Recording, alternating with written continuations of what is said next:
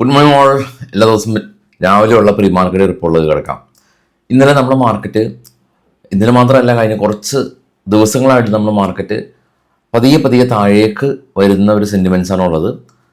എന്നാൽ ചില ദിവസങ്ങളിൽ കൺസോൾഡേറ്റ് ആവാറുമുണ്ട്. അപ്പോൾ ഇന്നലെ നമുക്കുണ്ടായിരുന്ന ഒരു പ്രധാന ഒരു സെല്ലിംഗ് പ്രഷർ ഉണ്ടായിരുന്നത് IT സെക്ടറിൽ നിന്നാണ്.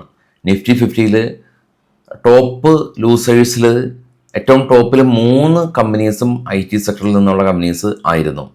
അതിനുശേഷം US മാർക്കറ്റ് ഓപ്പൺ ചെയ്തു. US മാർക്കറ്റിൽ ഇന്നലെ പ്രശ്നങ്ങളൊന്നും തന്നെ ഉണ്ടായിട്ടില്ല. കൂടാതെ തന്നെ ഇന്ത്യൻ മാർക്കറ്റിൽ നിന്ന് ഇന്നലെ പോസിറ്റീവായിട്ടുള്ള എക്കണോമിക് ഡേറ്റ വന്നിട്ടുണ്ട്. ഇതിൽ ഒന്നാമത് ഇന്ത്യയുടെ CPI ഇൻഫ്ലേഷൻ ഡേറ്റയാണ്. CPI ഇൻഫ്ലേഷൻ ഡേറ്റയിൽ തന്നെ 2019 ശേഷം നമുക്ക് വരുന്ന ഏറ്റവും മികച്ച അല്ലെങ്കിൽ കുറഞ്ഞ ഇൻഫ്ലേഷൻ ഡേറ്റയാണ്. അതുപോലെ തന്നെ ഹോൾസെയിൽ പ്രൈസ് ഇൻഫ്ലേഷൻ ഡേറ്റയും കുറഞ്ഞ രീതിയിലാണ് വന്നത്. ഇനി ഇന്ന് US മാർക്കറ്റിൽ അവരുടെ ഇൻഫ്ലേഷൻ ഡേറ്റ വരുന്നുണ്ട്. അതാണ് ഏറ്റവും വലിയ ഒരു ഈവൻറ്റ്. ഗ്ലോബൽ മാർക്കറ്റുകൾ കാത്തിരിക്കുന്നത് ആ ഒരു ഈവൻറ്റിന് വേണ്ടിയിട്ടാണ്. കൂടാതെ തന്നെ US മാർക്കറ്റിൽ നിന്ന് JP മോർഗൻ തുടങ്ങിയ മുൻനിര ഇൻവെസ്റ്റ്മെൻറ്റ് ബാങ്കിങ് കമ്പനീസിൻ്റെ റിസൾട്ടും വരുന്നുണ്ട് ഈ ഒരു വീക്ക്. അപ്പോൾ ഇനിയിപ്പോൾ US നിന്നുള്ള ഇൻഫ്ലേഷനും അവിടുത്തെ മേജർ റിസൾട്ടും ഒക്കെയാണ് ഗ്ലോബൽ മാർക്കറ്റിനെ മുന്നോട്ടോ പിന്നോട്ടോ നയിക്കാൻ പറ്റുന്ന ഈവൻറ്റുകളുള്ളത്. ഇനി കുറച്ച് സ്റ്റോക്കുകളുടെ വാർത്തകളൊക്കെ പോകാതിന് മുമ്പ് നമുക്ക് ഗ്ലോബൽ മാർക്കറ്റ് കണ്ടുവരാം. ഏറ്റവും താഴെ കാണാം US മാർക്കറ്റ്. US വിക്സ് ഇന്നലെ 3.5% സ്പൈക്കായിരുന്നു. എന്നാലും നാസ്ഡാക്കും ഡോയും പോസിറ്റീവിൽ ക്ലോസ് ചെയ്തു. യൂറോപ്യൻ മാർക്കറ്റ് നമുക്കറിയാം, യൂറോപ്യൻ മാർക്കറ്റ് മിക്സഡ് ആയ അവസ്ഥയിലാണ്. യൂറോപ്യൻ യൂണിയനെതിരെ 30% താരിഫ് എല്ലാം തന്നെ ഏർപ്പെടുത്തിയിട്ടുണ്ട്. ഇനി ഇപ്പോൾ ട്രേഡ് ചെയ്യുന്ന ഡോ ഫ്യൂച്ചർ -50 നെഗറ്റീവാണ്. ഇപ്പോൾ ട്രേഡ് ചെയ്യുന്ന ജപ്പാനും കൊറിയയും നെഗറ്റീവാണ്, ചൈനയും നെഗറ്റീവാണ്. ഏറ്റവും ടോപ്പിലേക്ക് പോകുകയാണെങ്കിൽ ബിറ്റ്കോയിൻ 1,19,000 എന്ന നിലയിലും ഏറ്റവും ടോപ്പിൽ നിന്ന് മൂന്നാമത് ഗോൾഡ് $5 per ounce ഉയർന്ന നിലയിലാണ് ഇപ്പോൾ ട്രേഡിങ് തുടരുന്നത്. ഇനി ഇതാണ് നമ്മുടെ ഇന്നത്തെ നിഫ്റ്റിയുടെ ഓപ്പൺ ഇൻട്രസ്റ്റ്. സ്പോട്ട് ഉള്ളത് 25,082 ഏറ്റവും ടോപ്പ് റൈറ്റ് കോർണറിൽ കാണാം PCR പുട്ട് കോൾ റേഷ്യോ 0.5 എന്ന നിലയിലാണ്. അതായത് കൂടുതൽ ആളുകൾ കോള് ഷോർട്ട് ചെയ്ത് വെച്ചിരിക്കുന്ന അവസ്ഥയിലാണ് ഉള്ളത്. മേജർ സപ്പോർട്ട് സോണായിട്ട് 25,000 നിലനിൽക്കുമ്പോൾ റെസിസ്റ്റൻസ് സോണായിട്ട് 25,200, 300, 400, മേജർ റെസിസ്റ്റൻസ് 25,500 നിലനിൽക്കുന്നു. ഇതാണ് സെൻസെക്സിൻ്റെ എക്സ്പയറി.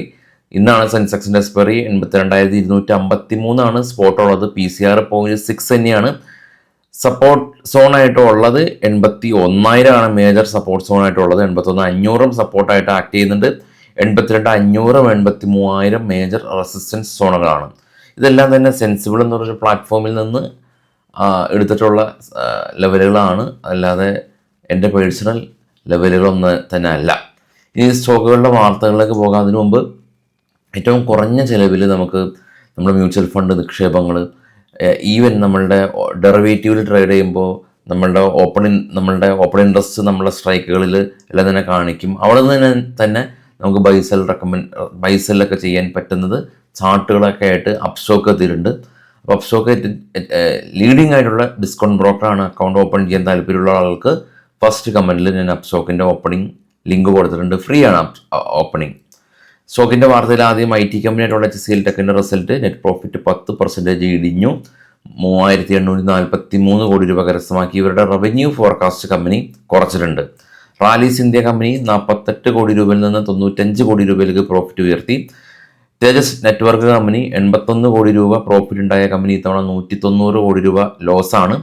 ഡെൻ നെറ്റ്വർക്ക് കമ്പനി 45 കോടി രൂപയിൽ നിന്ന് 54 കോടി രൂപയിലേക്ക് പ്രോഫിറ്റ് ഉയർത്തി. RVNL കമ്പനിക്ക് ഡൽഹി മെട്രോ റെയിൽ കോർപ്പറേഷൻ ലിമിറ്റഡിൻ്റെ ഭാഗത്തു നിന്ന് പുതിയ ഓർഡർ ലഭിച്ചു. പവർമെക് കമ്പനി, അവർക്ക് SGVN എന്ന് പറഞ്ഞ കമ്പനിയുടെ ഭാഗത്തു നിന്ന് 551 കോടി രൂപയുടെ ഓർഡർ ലഭിച്ചു. ആസ്ട്രസെനിക്ക ഫാർമ കമ്പനി പുതിയ മെഡിസിൻ ഇന്ത്യയിലേക്ക് ഇമ്പോർട്ട് ചെയ്യാനായിട്ട് ഇന്ത്യൻ ഡ്രഗ് കൺട്രോൾ അതോറിറ്റിയുടെ അംഗീകാരം ലഭിച്ചു. ടാറ്റ ടെക്നോളജി കമ്പനി 162 നിന്ന് 170 കോടി രൂപയിലേക്ക് പ്രോഫിറ്റ് ഉയർത്തി. Investment and precision casting company, അവർക്ക് ആദാനി കമ്പനിയിൽ നിന്ന് പുതിയ ഓർഡർ ലഭിച്ചതാണ് ഇപ്പോഴുള്ള ന്യൂസുകൾ. വൈകിട്ട് 7 മണിക്ക് പോസ്റ്റ് മാർക്കറ്റ് ന്യൂസായിട്ട് എത്താം. Thank you all.